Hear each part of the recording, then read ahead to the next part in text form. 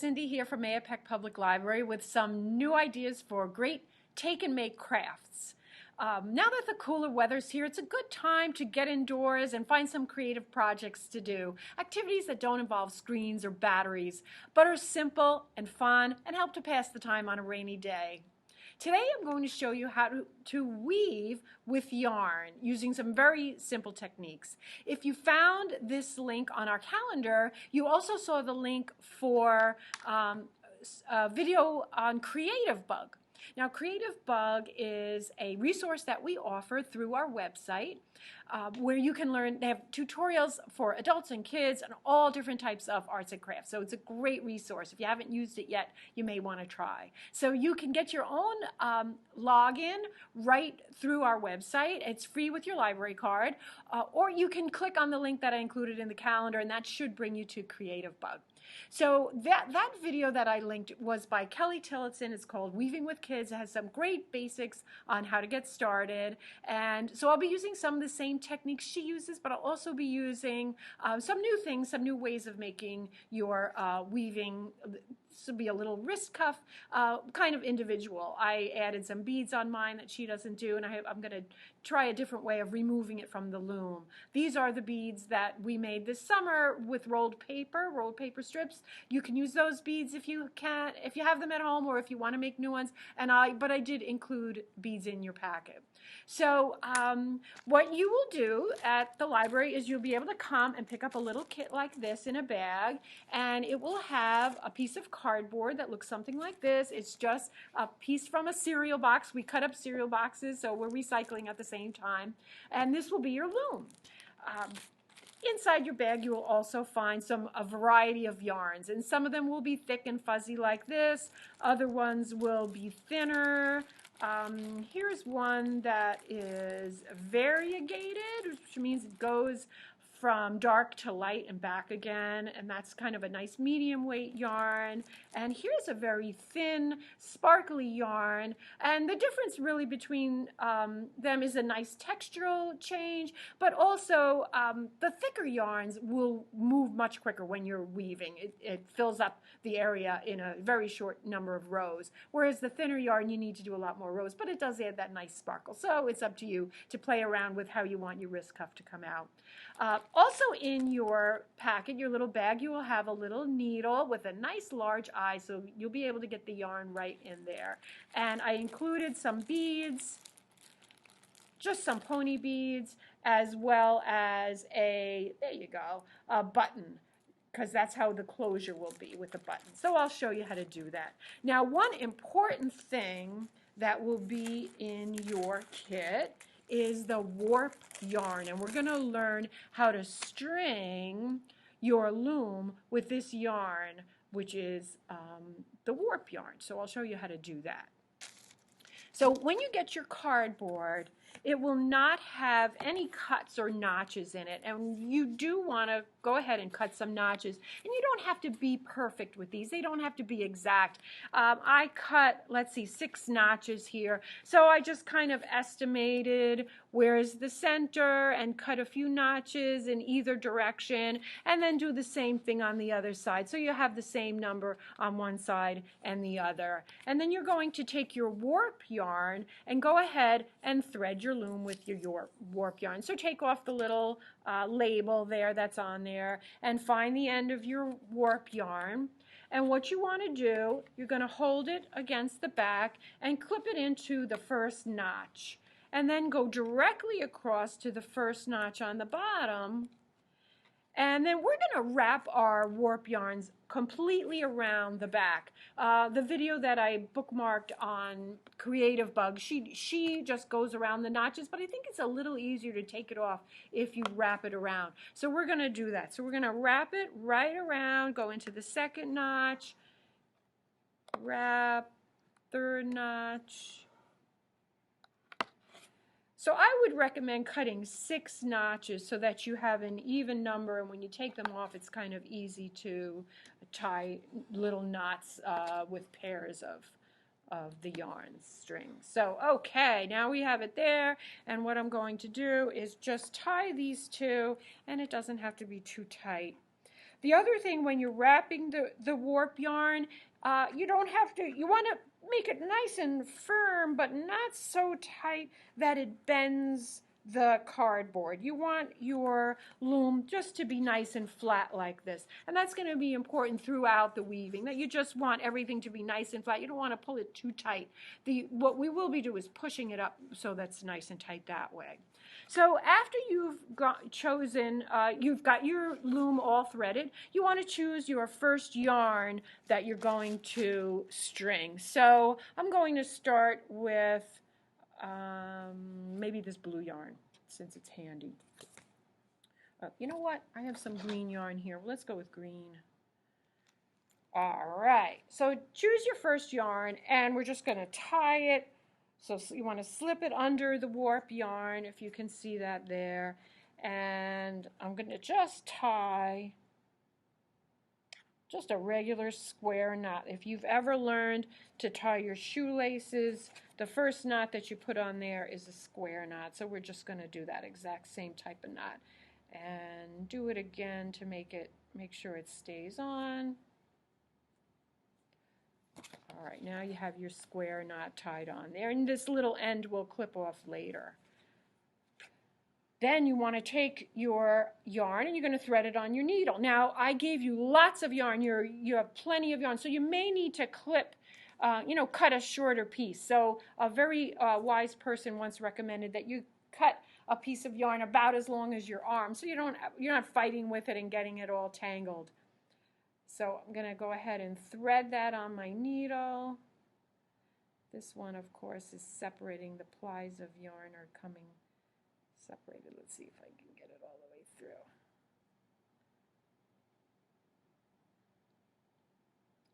There we go. Threaded needle. Now, what you're going to do is just weave up and down and in and out of these warp yarns, these warp threads. So I'm going to start underneath, over, under, over, under, over. And then pull your needle through. And it's as simple as that. So I'm going to just push that up a little. I'm going to turn around. Now last time I went over this one, so this time I'm going to go under. So under and over, under and over, under and over. And then pull it through again.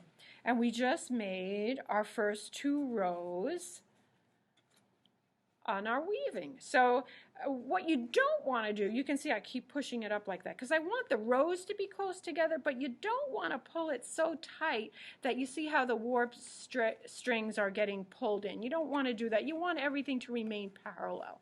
So just keep going back and forth. I'll do a few more rows to show you, and then I'll show you how, if you wanted to change yarns, you wanted to change to a different color or a different thickness, what you can do. So there is 3 rows. Let's do a 4th row. There we go. And you can see it's a fun, relaxing activity. It's satisfying because you get to see the progress. It really progresses pretty quickly.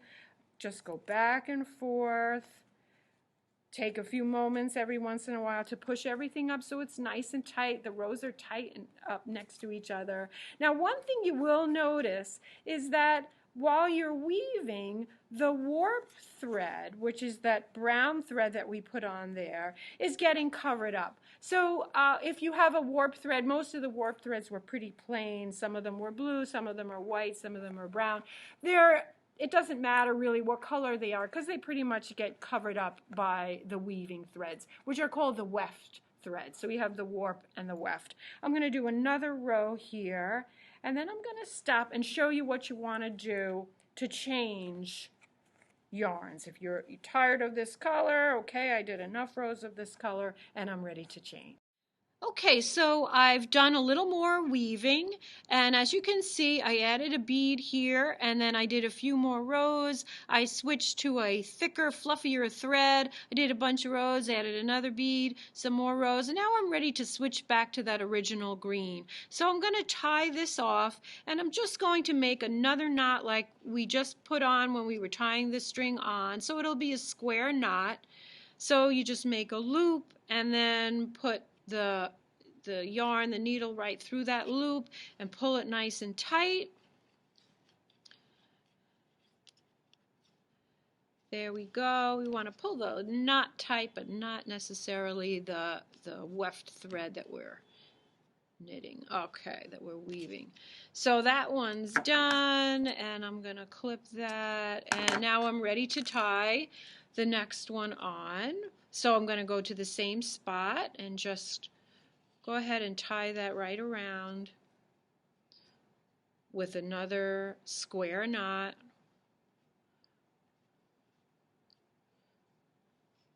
Okay, so I'm going to do some more rows of this. I'll take the needle off of the thick yarn and put it back on the darker green yarn. I'm going to do a few rows, and then I'll show you how to add a bead if you like, and that's very easy. It really doesn't change your weaving at all. So as I mentioned, when you're weaving, you want to make sure if you went under one of the warp threads before, now you want to go over it on the next row. So you always want to going the other way with the warp thread. So I went over this one, so now I'm going to go under, over, under, over, under, over. I'll do a few threads, a few rows.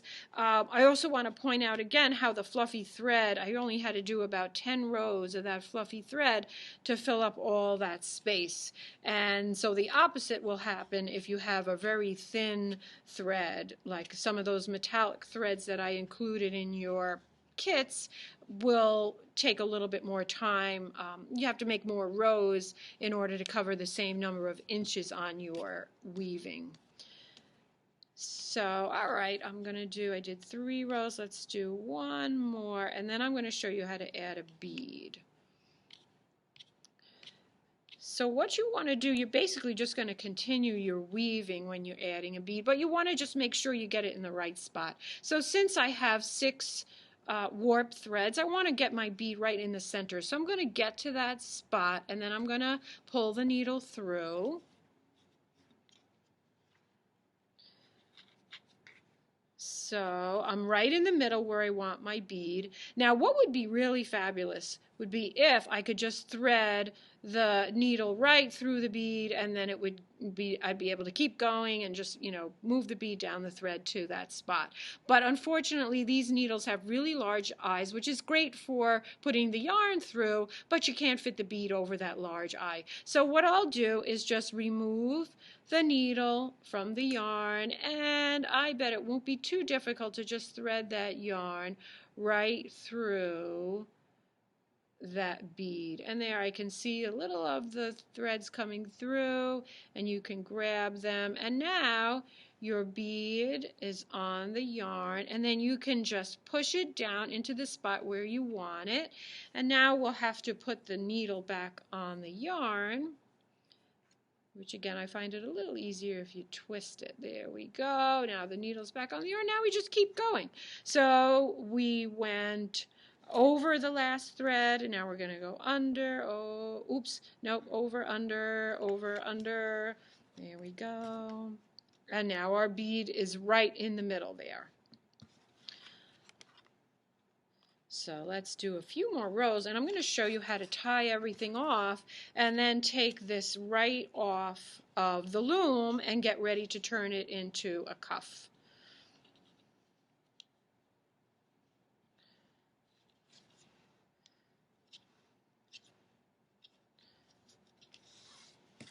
Let's see, can you see it there? It's coming along, almost done.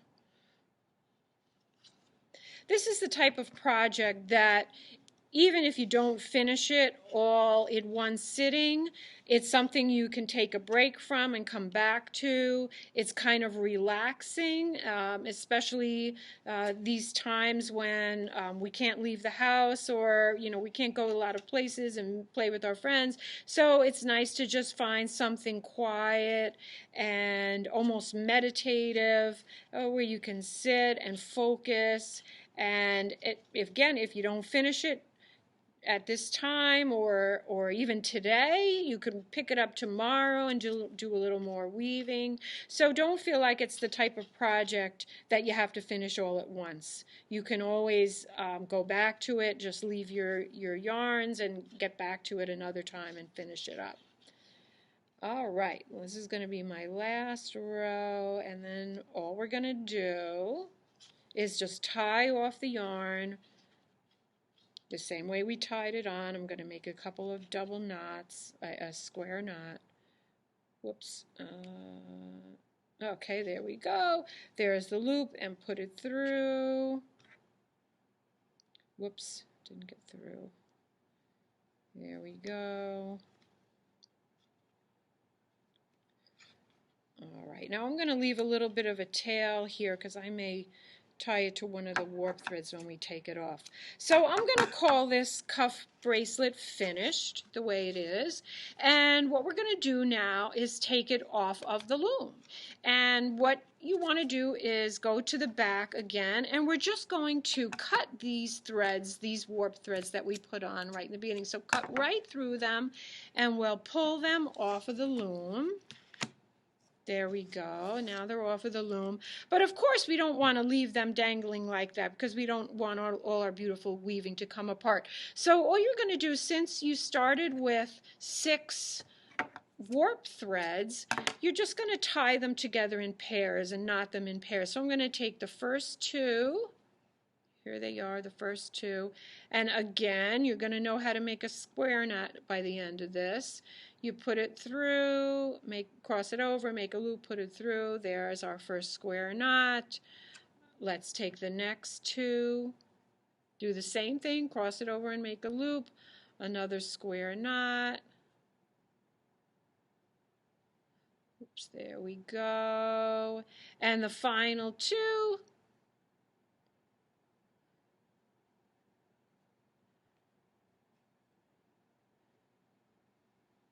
Okay, so here's our third square knot. So the first end is all tied off. Now we could just trim these, trim the ends, and that would stay. But we also need a closure for our bracelet. We need a way to keep it on our wrist. So I'm going to stop the video for a second and show you how you can make a loop out of here. Actually, maybe we'll make the loop now, and then we'll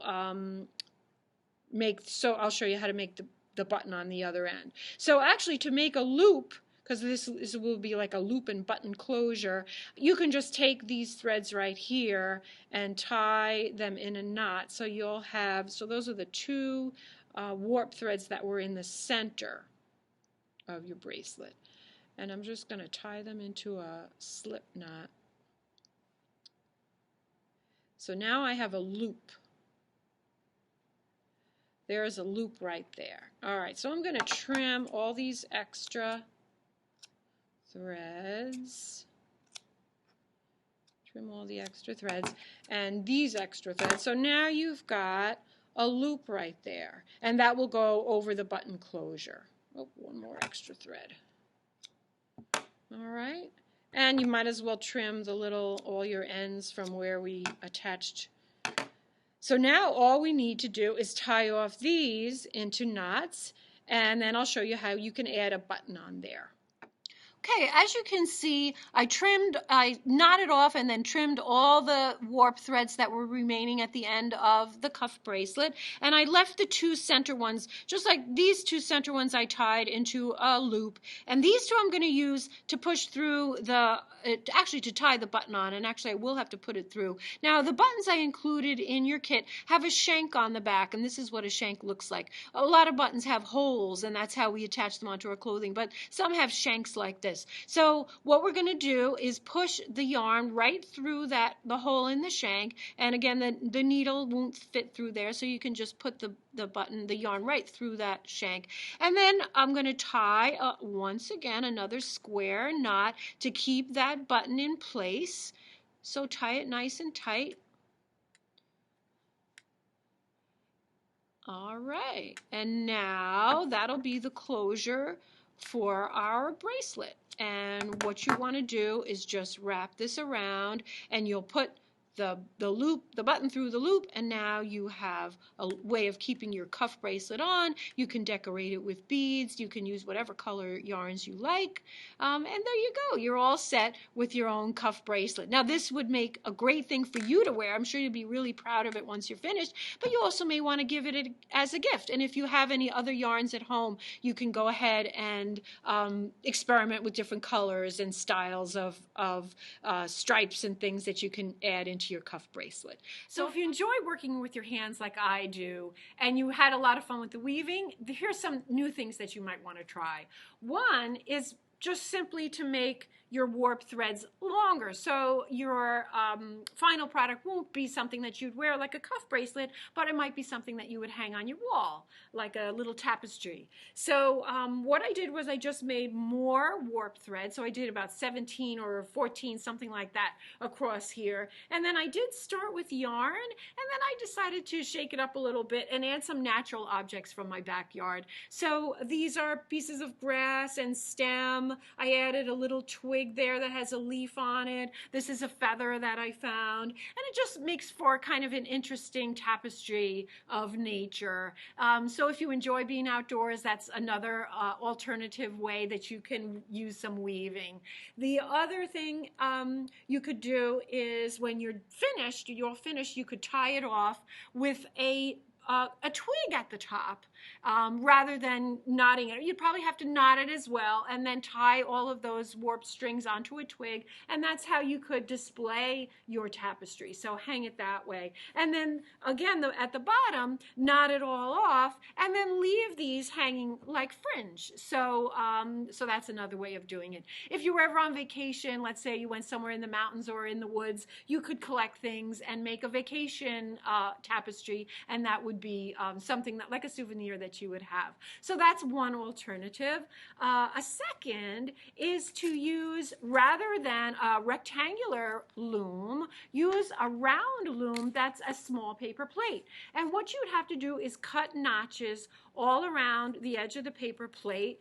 You would tape the warp thread to the back of the paper plate and then thread it through one of the notches and then go directly across. So the one that would cut the paper plate exactly in half. Then rather than wrapping it like we did with the rectangular one, you're just going to wrap it around the back and then come through the next notch, cross directly across again, wrap it around. So you're going to go around, it sort of be like a clock. And keep going until you have all of your warp threads strung. And then what you would do is start in the very center where all of the warp threads meet. It would look sort of like the spokes of a wheel, and tie your weft thread right to the center, and then just pick a starting point and go up and down, in and out, and you'd keep going and going until you would have a round product like this. And so it kind of almost looks like a little hat, but you could also use it as a coaster for beverages, especially for a hot beverage or a cold beverage that you're putting on your countertop, or something that you don't want to, you need a little hot pad to put on there and protect your furniture. So I think they look really cute. You can see I changed my yarns a few times and made this little mug rug. They call them mug rugs. So that's what you could do with a round paper plate and a round loom. And finally, the last thing you might want to try is using a plastic cup. And the plastic cup actually acts as the warp thread. So I cut, and it's best if you do an odd number. I hope I mentioned that with the paper plate. It's best if you have an odd number.